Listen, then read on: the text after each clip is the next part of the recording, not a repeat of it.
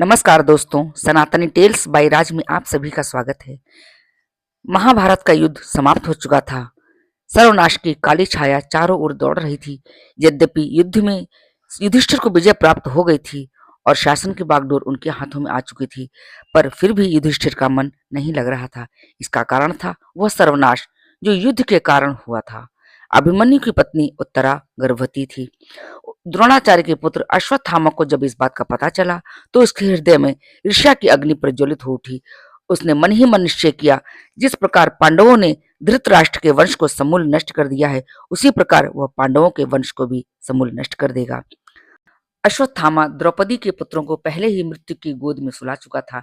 यदि वह उत्तरा के गर्भस्थ पुत्र को भी काल के मुंह में पहुंचा देगा तो सचमुच पांडवों के समूल वंश का नाश हो जाता, क्योंकि अब कोई था ही नहीं और ना ही किसी के होने की आशा थी। किंतु जिसके रक्षक भगवान श्री कृष्ण हो, उसका समूल विनाश कैसे हो सकता था। अश्वत्थामा ने उत्तरा के गर्भस्थ बालक को नष्ट करने के लिए जब ब्रह्मास्त्र का प्रयोग किया तो भगवान श्री कृष्ण ने स्वयं उसकी रक्षा की। उन्होंने गर्भ में प्रविष्ट होकर ब्रह्मास्त्र के तेज को अपने ऊपर ले लिया। गर्भस्थ बालक भगवान श्री कृष्ण के दिव्य रूप को देखकर धन्य हो गया। उसके हृदय पट पर उनका दिव्य रूप चित्रित हो उठा। वह उनके उस रूप का भक्त हो गया, सदा सदा के लिए भक्त बन गया। समय आने पर उत्तरा ने एक तेजस्वी बालक को जन्म दिया।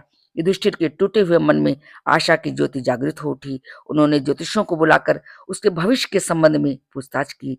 ज्योतिषियों ने बालक की कुंडली बनाकर ग्रहों के अध्ययन के पश्चात घोषणा की, यह बालक बड़ा प्रतापी और बड़ा तेजस्वी होगा, भगवान का अनन्य भक्त होगा, धार्मिक जीवन व्यतीत करेगा और अपने कार्यों से अपनी प्रजा को प्रसन्न करेगा।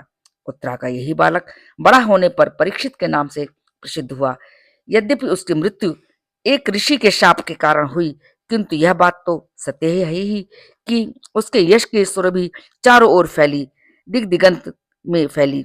युद्ध के दुखकारी परिणाम से जब युधिष्ठिर का मन अधिक उदास और व्याकुल हो उठा तो भगवान श्री कृष्ण ने बारी बारी से उनके 3 अश्वमेध यज्ञ कराए, किंतु इन यज्ञों का भी कोई विशेष प्रभाव नहीं पड़ा। युधिष्ठिर के मन में जो दुख और खिन्नता हो गई थी वह दूर नहीं हुई। श्री कृष्ण कुछ दिनों तक हस्तिनापुर में रहकर द्वारिका चले गए। उधर द्वारिका में यदुवंशियों का बड़ा बुरा हाल था।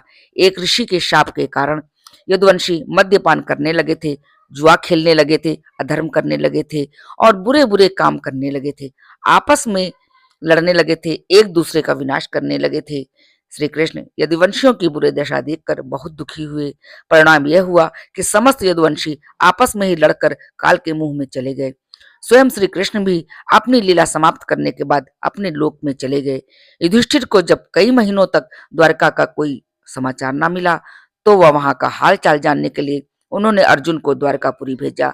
अर्जुन जब द्वारकापुरी चले गए तो हस्तिनापुर में कई ऐसी घटनाएं घटी जो बड़ी हृदय द्रावक थी। तीर्थों में भ्रमण के लिए निकले हुए विदुर हस्तिनापुर लौट आए थे। एक दिन उन्होंने धृतराष्ट्र के पास जाकर कहा, धृतराष्ट्र, हम और तुम वृद्ध हो गए हैं, दोनों के सिर पर काल मंडरा रहा है। अब यहाँ हस्तिनापुर में रहने से क्या लाभ। अब यहाँ से निकल चले। तुम्हारी हालत तो और भी बुरी है। तुमने जिन पांडवों का सब कुछ छीन लिया था उन्हें भिखारी बनाकर वन का जीवन व्यतीत करने के लिए विवश कर किया था, और जिनकी द्रौपदी को सभा के मध्य में नग्न करने का प्रयत्न किया था, आज तुम उन्हीं के टुकड़ों पर जी रहे हो। धिक्कार है तुम्हें। ऐसे जीवन से तो मृत्यु अच्छी होती है। धृतराष्ट्र के मन में पहले से ही पुत्रों के वियोग का बड़ा दुख था। विदुर के कथन ने उनके मन को हिला दिया। वे विदुर और गांधारी के साथ हस्तिनापुर छोड़कर वन में चले गए। आश्चर्य है, पांडवों की मां कुंती ने भी उन्हीं का अनुगमन किया। बहुत रोकने और समझाने पर भी कुंती हस्तिनापुर में नहीं रुकी। वह धृतराष्ट्र के साथ ही वन में चली गईं।